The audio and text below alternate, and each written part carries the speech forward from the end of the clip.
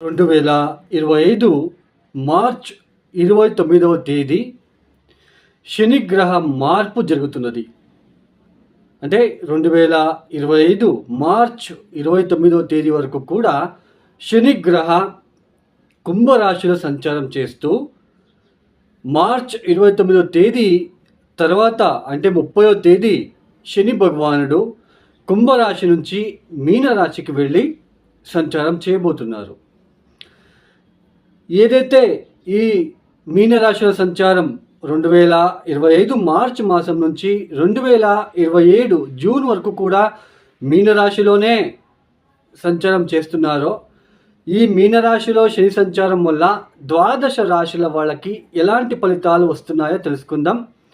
దానికన్నా ముందు ముఖ్యంగా ఒక 2 నిమిషాల పాటు మీకు కొద్దిగా శని గ్రహ గురించి మీకు ఎక్స్ప్లెయిన్ చేస్తున్నాను. సోది అని ఎవరు అనుకోకండి. ఇది ఎందుకు ఇవన్నీ చెప్తున్నాను అంటే, వాస్తవాన్ని మీకు చెప్తే మీరు అర్థం చేసుకుంటారు అనే ఒక ఉద్దేశంతో చెప్పడం జరుగుతున్నది కాబట్టి చెప్తున్నాను. ముఖ్యంగా ఏళ్ళనాటి శని, అర్ధాష్టమ శని. అర్ధాష్టమ శని అంటే చతుర్థ స్థానంలో శని వచ్చినప్పుడు దాన్ని అర్ధాష్టమ శని అంటాము. పంచమ స్థానంలో శని వచ్చినప్పుడు దాన్ని పంచమ స్థానం అంటాం, పంచమ శని అంటాము. తర్వాత అష్టమ స్థానంలోకి శని వచ్చినప్పుడు దాన్ని అష్టమ శని అంటాము. సో ఇలా ఏళ్ళనాటి శని, అర్ధాష్టమ శని, పంచమ శని, అష్టమ శని. సో ఇవన్నీ కూడా మనకి ఇది వస్తుంది అనగానే చాలామందికి ఒక భయము, ఆందోళన ఏర్పడుతూ ఉంటుంది.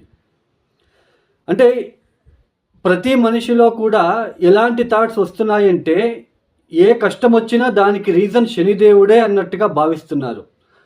అలా కాదండి. ఇక్కడ ముఖ్యంగా మీ స్వజాతకం, మీ జన్మ జాతకంలో శని బలిష్టంగా ఉన్నాడా, శని బలహీనంగా ఉన్నాడా తెలుసుకోండి. శని బలిష్టంగా ఉన్నట్లు కనుకైతే ఆత్మవిశ్వాసం ఎక్కువగా ఉంటుంది, ఉద్యోగంలో ఇబ్బందులు ఉండవు, వ్యాపారంలో ఇబ్బందులు ఉండవు, సంఘంలో మీకంటూ ఒక గుర్తింపు, గౌరవం అనేది ఉంటున్నది. అదే శని బలహీనపడ్డప్పుడు ఆత్మవిశ్వాసం ఉండదు, ఉద్యోగంలో అభివృద్ధి ఉండదు, ఏ చిన్న పని చేసుకుంటూ చాలా కష్టపడుతూ శారీరకంగా కష్టపడాలి. శని బలహీనపడినప్పుడు శారీరకంగా కష్టపడేలా చేస్తాడు. వృత్తి వ్యాపారాలలో ఆటంకాలు ఎదుర్కోవాల్సిన ప్రమేయం ఏర్పడుతూ ఉంటుంది. మోసపోవడము, నష్టపోవడము, ఆరోగ్యం విషయంలో ఇబ్బందులు, ఇవన్నీ కూడా శని బలహీనపడ్డప్పుడు పుట్టినప్పుడు ఉన్న వ్యక్తులకే ఉంటుంది. అలానే మనకి గోచారంలో ఒక్కొక్క గ్రహము ఒక్కొక్క స్థానానికి వచ్చినప్పుడు ఆ స్థానం మీద అష్టకవర్గ బిందువులు ఎన్ని ఇచ్చారో చూసుకోవాలి. చూడండి, ఇప్పుడు వృషభ రాశి వాళ్ళకి లాభస్థానంలో శని వస్తున్నాడు. అంటే శని మనకి వృషభ రాశి వాళ్ళకి చాలా మంచి మార్పులు తీసుకొని వచ్చి ఇస్తాడు, అంటే శుభ ఫలితాలు ఇస్తాడు. బట్ ఆ శుభ ఫలితాలు ఇస్తాడు అని మనం చెప్పుకుంటున్నాము. బట్ కొంతమంది కొద్ది రోజులు అయిన తర్వాత మెసేజ్ చేస్తూ ఉంటారు, మీరు చెప్పినట్టే జరగట్లేదు అని. వై? బికాస్ చూడండి, అష్టకవర్గ బిందువులు ఎన్ని ఇచ్చాడో చూసుకోండి. శని భగవానుడు లాభస్థానంలో వస్తున్నాడు అంటే పూర్తిగా శుభం కాదు. పూర్తిగా శుభ ఫలితాలు ఇవ్వాలి, ఉద్యోగంలో అభివృద్ధి ఇవ్వాలి, వ్యాపారంలో అభివృద్ధి ఇవ్వాలి. శనికి సంబంధించిన బిజినెస్ ఎవరైతే చేస్తున్నారో, కాంట్రాక్టర్స్ కావచ్చు, పొలిటికల్ లీడర్స్ కావచ్చు, స్క్రాప్ బిజినెస్ కావచ్చు, కోల్ బిజినెస్ కావచ్చు, స్టీలు బిజినెస్ కావచ్చు, ఇనుప బిజినెస్ కావచ్చు, ఇలాంటి బిజినెస్ చేస్తున్న వాళ్ళకి చూసుకోండి, అష్టకవర్గ బిందువులు ఎన్ని ఇచ్చారో చూసుకోండి. అష్టకవర్గ బిందువులు ఎక్కువ ఇచ్చి ఉంటే, 4, 5, 6 ఇచ్చి ఉంటే ఫెంటాస్టిక్గా ఉంటుంది. తర్వాత దశాభుక్తి మ్యాచ్ చేసుకోండి. చూడండి, ఇంకొకటి చెప్తున్నాను. శనిగ్రహ పంచమ స్థానానికి వచ్చినప్పుడు ఒకలాగా ఫలితాలు ఉంటాయి, చతుర్థానికి వచ్చినప్పుడు ఒకలాగా ఫలితాలు ఉంటాయి, ఏళ్ళనాటి శని సమయంలో ఒకలాగా ఫలితాలు ఉంటాయి. ఏళ్ళనాటి శని సమయంలో కావచ్చు, అర్ధాష్టమ శని అంటే చతుర్థ స్థానంలో శని వచ్చినప్పుడు దేని మీద ఇన్వెస్ట్ చేయకుండా ఉన్న దాంట్లోనే వెళ్ళాలి. అలా మీరు ఏమైనా ఇన్వెస్ట్మెంట్ చేసినా, లేదా ఉద్యోగంలో మార్పుల కోసం మీరు ప్రయత్నం చేసినా ఒడిదొడుకులు ఫేస్ చేయాల్సి ఉంటుంది. ఇప్పుడు ఏళ్ళనాటి శని జరుగుతుంది అంటే ఉద్యోగ బదిలీలు చేయాలి అని థాట్ మీకు రాకుండా చూసుకోవాలి. ఉద్యోగం మార్పులు చేయకుండా ఉండాలి. దట్టు మీకు ఇక్కడ దశాభుక్తి ఏం జరుగుతుంది అది కూడా మీరు మ్యాచ్ చేసుకోవడానికి ప్రయత్నాలు మ్యాచ్ చేసుకోండి. దశాభుక్తి తర్వాత ఏళ్ళనాటి శని సమయంలో మీకు ఏ దశాభుక్తి జరుగుతున్నది ఇది కూడా మీరు చూసుకోవాలి. అష్టకవర్గ బిందువులు మ్యాచ్ చేసుకోండి, అప్పుడే మీకు అంటే ఈజీగా తెలుస్తుంది.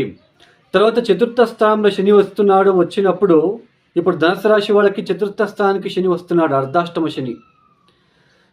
అర్ధాష్టమ శని వచ్చినప్పుడు ఏం జరుగుతుంది?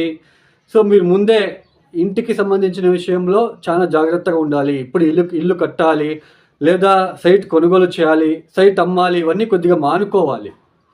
అలా మానుకోకపోతే నష్టాలు తీసుకొచ్చి పెడతాడు అక్కడ. సో ఇది అండి. తర్వాత పంచమ శని అంటే ఏంటి? పంచమ శని ఎలా ఉంటుంది? కష్టపడకుండా డబ్బులు ఈజీగా సంపాదించాలి అనే ఒక థాట్ క్రియేట్ చేసి మిమ్మల్ని అప్పుల పాలు చేసేస్తాడు. బెట్టింగ్లు కట్టడము, షేర్ మార్కెట్లో ఇన్వెస్ట్మెంట్ చేయడము, సంతానం అంటే పంచమ స్థానం అంటే ఏంటి? షేర్ మార్కెట్, ఈ క్రియేటివ్ థాట్స్ అని అంటాం. మన ఆలోచన విధానం ఎలా ఉంటుంది అది మనం పంచమ స్థానం నుంచి చూస్తాము. తర్వాత కొంతమంది జెలసీగా ఫీల్ అవుతూ ఉంటారు, అది కూడా పంచమ స్థానమే ఇంపార్టెంట్. తర్వాత సంతానం విషయంలో కూడా అభివృద్ధి ఉందా లేదా, సంతానం ద్వారా మనకి ప్రాఫిటబుల్గా ఉంటుందా లేదా, దాన్ని కూడా పంచమ స్థానం నుంచి చూస్తాము. ఇలా పంచమ స్థానంలో శని వచ్చినప్పుడు కష్టపడకుండా, శారీరానికి ఏది ఇబ్బంది రాకుండా మనం కూర్చొని తినాలి అనే ఒక థాట్ పుట్టిస్తాడు. బెట్టింగ్లు, షేర్ మార్కెట్లో ఇన్వెస్ట్మెంట్ చేయడము, 5 లక్షలు చేస్తే ఇన్వెస్ట్మెంట్ చేస్తే 10 లక్షలు వస్తుందంట, లేదా 25,000 రూపాయలు బెట్టింగ్ కడితే 50,000 వస్తుంది, 50,000 పాటు మనం కూర్చొని 5 నెలలు తినొచ్చు కదా అన్నట్టుగా క్రియేట్ అవుతుంది అక్కడ. అందుకే మనము చూసుకొని మనం వెళ్ళాలి అండి. అక్కడ పంచమస్థానంలో ఎన్ని అష్టకవర్గ బిందులు ఇచ్చాడు అది చూసుకోవాలి అండి. ఇవన్నీ మీకు చెప్తున్న ఉద్దేశం ఏంటి అంటే అర్థం అవ్వాలి, మీరు ప్రతి ఒక్కరు కూడా అర్థం చేసుకొని బాగుండాలి అనే ఒక ఉద్దేశంతో చెప్పడం జరుగుతున్నది. ఇక మనము ద్వాదశ రాశిల వాళ్ళకి వెళ్ళే ప్రయత్నం చేద్దామండి. కర్కాటక రాశి. ఈ కర్కాటక రాశి వాళ్ళకి ఏదైతే ఇప్పుడు ప్రస్తుతం వచ్చేసి అష్టమ శని ఉన్నది. అంటే 2025 మార్చ్ 29వ తేదీ వరకు అష్టమ శని, 2025 మార్చ్ 30వ తేదీ తర్వాత ఆయన నవమ స్థానానికి వెళ్తున్నాడు. దాదాపు 2027 జూన్ వరకు అక్కడే, అంటే మీ నవమ స్థానంలోనే సంచారం చేస్తున్నారు. ఇక్కడ ఏదైతే మీరు అష్టమ శని వల్ల అష్టమ స్థానంలో శని సంచారం చేసేటప్పుడు ఏదైతే ఇబ్బందులు పడ్డారో అలాంటి ఇబ్బందులు ఇక మీద ఉండవు. అన్నీ కూడా సెట్ బ్యాక్ అవుతుంది. అంటే అగైన్ మీకు ఫ్యామిలీ, ఫైనాన్షియల్ ఇవన్నీ కూడా సెట్ బ్యాక్ అవ్వడానికి అవకాశాలు ఉంటాయి. అయితే నవమ స్థానానికి వెళ్ళినప్పుడు ఒక రకంగా ఫలితాలు వస్తాయి. అష్టమ స్థానంలో ఏదైతే మిమ్మల్ని ఇబ్బంది పెట్టాడో, ఆరోగ్యరీత్యా కావచ్చు, ఫ్యామిలీ వైజ్ కావచ్చు, హస్బెండ్ అండ్ వైఫ్ రిలేషన్షిప్లో కావచ్చు, పార్ట్నర్షిప్ బిజినెస్లో కావచ్చు, తర్వాత ఫ్యామిలీ గొడవలు కావచ్చు, ఫైనాన్షియల్ విషయంలో కావచ్చు, ఏదైతే మీరు ఇబ్బందులు పడ్డారో అవన్నీ మళ్ళీ సెట్ బ్యాక్ అవుతుంది. మళ్ళీ మీకు రొటీన్ లైఫ్కి వచ్చేస్తుంది, నార్మల్ అయిపోతుంది. ఇప్పుడు నవమానికి వెళ్తున్నాడు కాబట్టి నవమ స్థానంలో వెళ్ళినప్పుడు ఎలాంటి ఫలితాలు? నవమ స్థానం అంటే ఏంటి? సో పిత్రార్జిత ఆస్తి విషయంలో కావచ్చు, హైయర్ ఎడ్యుకేషన్, తండ్రి స్థానము, లక్ స్థానము అని కూడా అంటాము. హైయర్ ఎడ్యుకేషన్ ఇవన్నీ కూడా మనము నైన్త్ హౌస్ ద్వారా మనం తెలుసుకుంటాం. ఇక్కడ ఏంటి, నవమ స్థానానికి వెళ్ళినప్పుడు తండ్రి ఆరోగ్యం విషయంలో చాలా జాగ్రత్తగా ఉండే ప్రయత్నం చేయండి.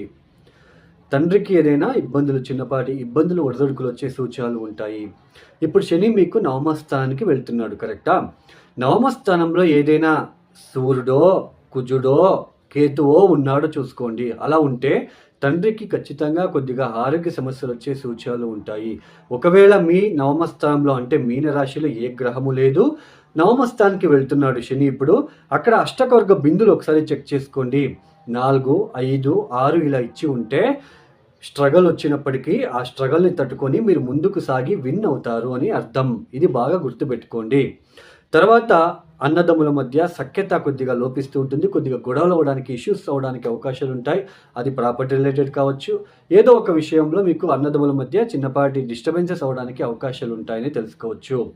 తర్వాత ఈ సమయంలో మీకు అదృష్టానికి పరీక్ష అనేది ఉంటుంది. అంటే ఇక్కడ ఎలాంటి అదృష్టానికి పరీక్ష అంటే చూడండి, ఇప్పుడు ఎగ్జామ్లో మీరు ఎగ్జామ్ రాసి ఉంటారు, ఆ ఎగ్జామ్లో ఒక సబ్జెక్ట్ ఏదైనా ఫెయిల్ అవ్వడం, అక్కడ పాస్ అయ్యి ఉంటుంది అయినా ఫెయిల్ అని రిజల్ట్ రావడము. అంటే ఇక్కడ అదృష్టానికి ఒక పరీక్ష, మీకు చిన్న ఉదాహరణ చెప్తున్నాను. తర్వాత మీరు రీవాల్యుయేషన్ వేసి మళ్ళీ దాన్ని పాస్ అవ్వు అని తెలుసుకోవడము. ఇలాంటి ఒక అదృష్టం అంటే ఒకసారి ఫెయిల్ అయ్యి అది పాస్ అయ్యి ఉంటారు ఆల్రెడీ, మీరు అంతా కరెక్ట్‌గానే ఉంటుంది. అయినా అది ఫెయిల్ అని వస్తుంది. తర్వాత మీరు పాస్ అవ్వడానికి అవకాశాలుంటాయి. ఇలా అదృష్టానికి ఒక చిన్న పరీక్ష అనేది ఇవ్వడానికి అవకాశం ఉంటుంది. దట్టు ఇక్కడ అష్టకొర్గ బిందులు చూసుకోండి. తర్వాత అక్కడ 0, 1, 2 ఉంటే తండ్రికి కొద్దిగా ఇబ్బందులు, అదృష్టానికి ఒక పరీక్ష లాంటిది వచ్చే అవకాశాలుంటాయని తెలుసుకోవచ్చు. అన్నదమ్ముల మధ్య సఖ్యత లోపించడము ఇలాంటివి కూడా మనకి కనిపిస్తూ ఉంటుందనే తెలుసుకోవచ్చు. బట్ ఆర్థికంగా అయితే మీకు పెద్దగా డిస్టర్బెన్సెస్ అయితే రావండి. బట్ జాబ్‌లో మీకు ప్రోగ్రెస్ అవ్వడానికి ఛాన్సెస్ ఉన్నప్పటికీ ఇట్స్ టేక్ డిలే. టైం అనేది ఉంటుంది. ప్రమోషన్స్ రావడము, ఇంక్రిమెంట్ అవ్వడం కూడా కొద్దిగా డిలే అవ్వడానికి ఛాన్సెస్ అయితే ఉంటున్నది. తర్వాత మీ దశాభుక్తి కూడా ఒకసారి చెక్ చేసుకోండి. దశాభుక్తి బాగున్నట్లు గనుక అయితే మీరు పెద్దగా బాధపడాల్సిన అవసరం లేదు. పెద్దగా ఇబ్బంది పడాల్సిన అవసరం లేదు. ధైర్యంగా మీరు ముందుకు సాగే ప్రయత్నాలు చేసుకోండి. ఖచ్చితంగా విన్ అవుతారు. బట్ అష్టమ స్థానంలో ఉంటున్న శని వలన ఏదైతే ఇబ్బందులుందో అవి ఇక మీద రిపీట్ కావు. అంటే అవన్నీ సెట్ బ్యాక్ అవుతుంది. నార్మల్ కండిషన్‌కి వచ్చేస్తాయి. బట్ నవమ స్థానానికి వెళ్తున్నాడు కాబట్టి నవమ స్థానంలో ఉంటున్న గ్రహస్థితి బట్టి అక్కడ ఏదైనా గ్రహం ఉందా? అక్కడ అష్టకొర్గ బిందులు శని ఎన్ని ఇస్తున్నాడు? ఇవన్నీ చెక్ చేసుకొని దశాభుక్తి మ్యాచ్ చేసుకుంటే మనకి పూర్తిగా శుభ ఫలితాలా, పూర్తిగా అశుభ ఫలితాలా లేదా మిశ్ర ఫలితాలు అనేది తెలుసుకోవచ్చు. ఈ నవమ స్థానంలో శని వచ్చినప్పుడు వృద్ధాశ్రమాలకు వెళ్ళి కొద్దిగా సహాయ సహకారాలని అందిస్తూ ఉండండి. సో వాళ్ళకేదైనా ఇబ్బందులు వస్తే వాళ్ళకేదైనా ట్రీట్మెంట్ ఇప్పించడము, మీ తగిన ట్రీట్మెంట్ అదేదైనా సరే అలాంటివి చేస్తూ వెళ్ళండి. ఖచ్చితంగా మీకు ఆ స్ట్రెస్ అనేది తగ్గుతుంది. ఈ నెగెటివ్ ఇంపాక్ట్ తగ్గుతుంది. తర్వాత రోడ్ సైడ్ ఉంటున్న వాళ్ళకి ఈ వృద్ధులు చాలా బలహీనతతో ఇబ్బందులతో ఉంటారు. అలాంటి వాళ్ళకి ఏదైనా సహాయ సహకారాలు అందించడానికి ప్రయత్నాలు చేసుకోండి. తర్వాత ఈ సమయంలో మీరు తీర్థక్షేత్రాల దర్శనాలు చేయడానికి అవకాశాలు ఎక్కువగా ఉంటాయి కాబట్టి సో ఏదైనా దూరపు ప్రాంతంలో ఉంటున్న శనిదేవుడికి ఒకసారి వెళ్ళి రండి. తర్వాత దత్తాత్రేయ టెంపుల్‌ని మీరు విజిట్ చేయండి. ఖచ్చితంగా మీకు మంచి ఫలితాలు రావడానికి అవకాశాలు ఉంటాయి. తర్వాత ఈ సమయంలో మీరు అరుణాచలానికి వెళ్ళడానికి ప్రయత్నాలు చేసుకోండి. ఎక్సలెంట్‌గా ఉంటుంది. ఈ ఒక కర్కాటక రాశి వాళ్ళకి శనిదేవుడి ఒక కృపా కటాక్ష అందాలని నేను కోరుకుంటూ, ఆశిస్తూ ఈ ఒక వీడియో క్లోజ్ చేస్తున్నాను. ఈ ఒక వీడియో మీకు నచ్చితే లైక్ చేయండి, షేర్ చేయండి, సబ్స్క్రైబ్ చేసుకోండి. సర్వే జనో సుఖినో భవంతు. ధన్యవాదములు.